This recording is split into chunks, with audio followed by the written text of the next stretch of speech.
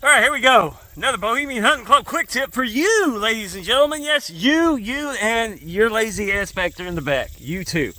Anyway, what we got going on, you see the clouds back behind me. Rain clouds, there's been thunder. There's rain coming.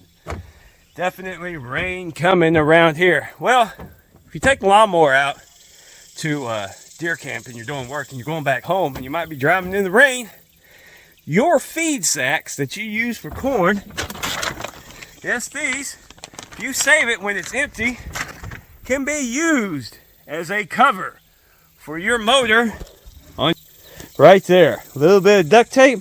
Just make sure your lawnmower is cooled off before you put that thing on there.